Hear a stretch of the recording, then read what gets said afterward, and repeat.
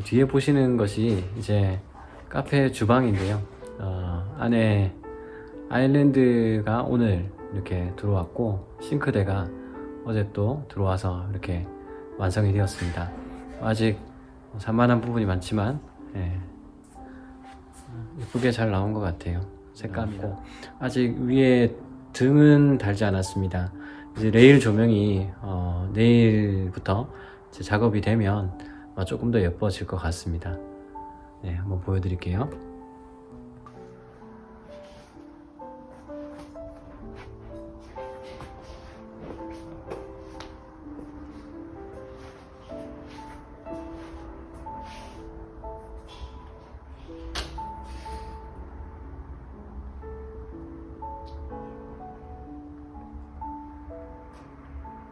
네, 그리고 카페 안에 이렇게 예쁜 테이블과 의자가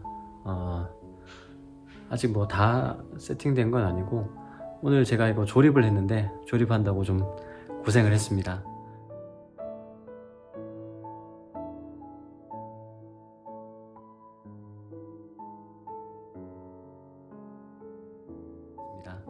네, 색깔도 파스텔 톤으로 예쁘게 나왔는데요. 한번 볼까요? 네, 제 책상이 생겼습니다. 조금 지저분하네요. 네, 의자 색은 핑크색, 그린색, 그리고 블루, 그리고 화이트 이렇게 되어 있고요. 오늘 작업한 의자들이고, 즉 테이블은 제가 다 완성을 다 못해서 또 계속해서 작업을 해야 될 것 같습니다.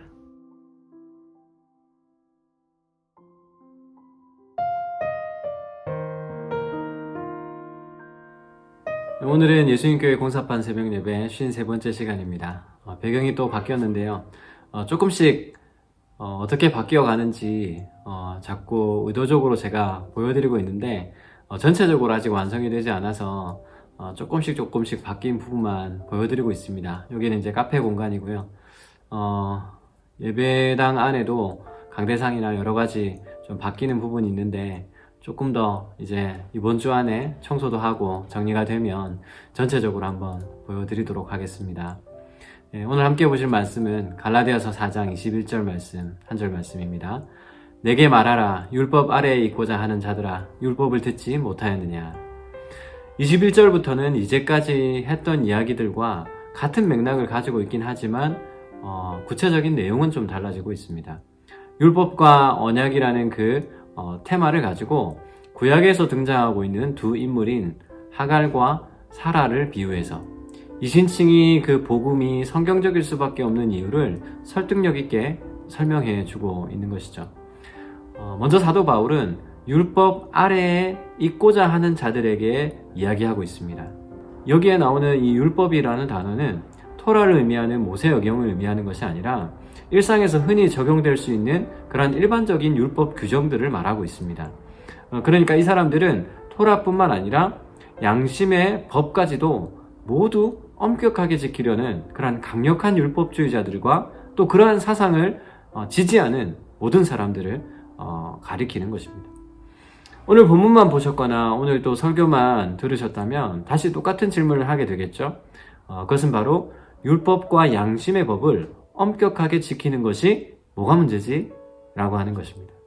그런데 지금까지 갈라디아서 말씀을 잘 따라오신 분들은 바울이 왜 그토록 율법주의자들을 향해서 목소리 높여서 변증하고 있는지, 그리고 그들을 비난하고 있는지를 아실 것입니다. 핵심만 이야기하자면 율법주의자들의 가장 큰 잘못은 무엇이었습니까? 그것은 바로 구원에 있어서 스스로 율법을 지킴으로 말미암아 의를 얻을 수 있고 또 구원까지도 얻을 수 있다라고 주장하는 것이죠. 이것은 예수 그리스도께서 이루어 놓으신 그 십자가의 구원 사역이 불충분하다는 전제를 깔고 있기 때문에 더 큰 문제를 가지는 것입니다. 다시 한번 정리를 하자면 율법을 지키는 것은 그리스도께서 우리를 위해 이루어 놓으신 그 놀라운 구원, 그 십자가의 은혜에 감사해서 지키는 것이고, 또한 하나님의 백성된 자로서 당연히 하나님 나라의 질서를 따라 살아가야 하는 것이죠. 결코 율법을 지켜서 구원을 이루어내거나 의를 얻기 위한 것이 아니라는 것을 반드시 염두에 두어야 하는 것입니다. 이제 바울은 이렇게 여전히 율법으로부터 구원을 얻고자 하는 그러한 사람들에게 말하고 있습니다.